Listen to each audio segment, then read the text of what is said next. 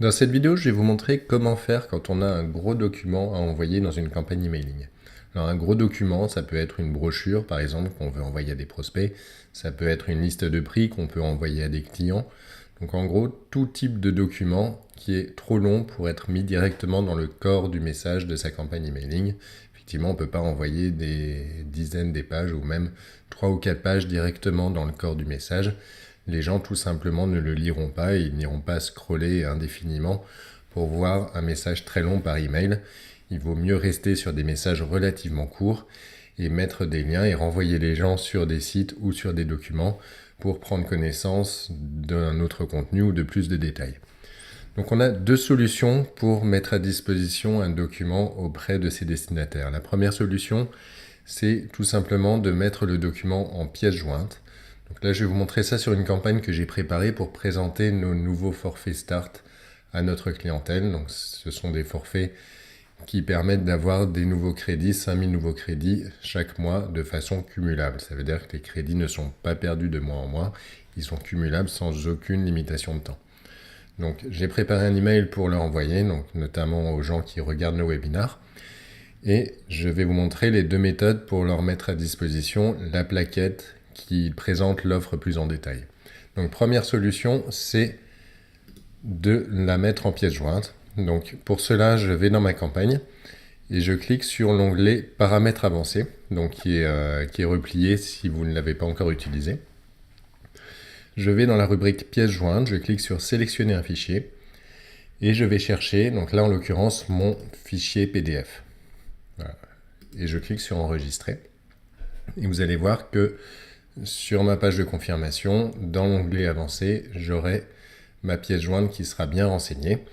Et pour être sûr, je peux m'envoyer un test ou un BAT pour voir si la pièce jointe est bien prise en compte. Donc, en l'occurrence, par acquis de conscience, il vaut mieux le faire. Donc là, je taperai mon adresse email et ça permettrait de vérifier que j'ai bien ma pièce jointe.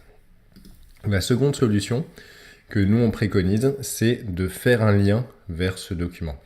Alors, il y a deux gros avantages. Le premier avantage, c'est que le message va être beaucoup plus léger. Effectivement, le document ne sera pas joint à mon message, donc il sera uniquement téléchargeable, uniquement disponible pour les gens qui vont cliquer dessus, donc le message sera ultra léger. Et d'autre part, comme les gens vont cliquer dessus, vous aurez des statistiques dans vos statistiques de campagne, vous saurez quel est le pourcentage de gens qui ont téléchargé et pris connaissance de votre document. Si vous récupérez le fichier enrichi de la campagne, c'est-à-dire le fichier de vos destinataires avec en face de chaque destinataire le comportement qu'ils ont eu, est-ce qu'ils ont ouvert, est-ce qu'ils ont cliqué, vous saurez en plus qui a cliqué et qui a téléchargé le document. Donc ça peut être assez intéressant si vous souhaitez relancer vos destinataires. Donc pour mettre ce document en lien, je vais dans l'éditeur. Donc là, j'ai utilisé l'éditeur basique parce que c'est un message texte. Donc c'est un éditeur un peu comme Word qui m'a permis de taper mon message très simplement comme un traitement de texte. Je sélectionne le texte sur lequel je veux mettre mon lien et je vais cliquer sur le bouton encre qui permet d'ajouter un lien. Et au lieu de mettre une URL comme si je faisais un lien vers un site, je vais dans l'onglet envoyer. Je vais chercher mon fichier et je clique sur envoyer sur le serveur. Donc là, ça peut durer quelques secondes en fonction de la taille du fichier.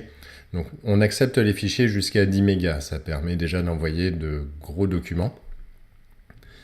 Voilà, une fois que le document est envoyé, je clique sur OK et j'ai bien mon lien qui est fait sur mon texte. Je clique sur enregistrer et je vois que dans mon message, j'ai un lien qui s'est affiché sur mon texte. Si je clique dessus, je vais bien ouvrir ma brochure au format PDF. Voilà, je vous remercie de m'avoir regardé jusqu'au bout. Je vous invite à vous abonner à notre chaîne YouTube pour être au courant de quand on met une nouvelle vidéo, notamment toutes les vidéos qu'on fait sur l'utilisation de la plateforme et également la rediffusion de nos webinars qu'on fait tous les mois sur des points de détail ou des points d'amélioration pour optimiser vos campagnes emailing.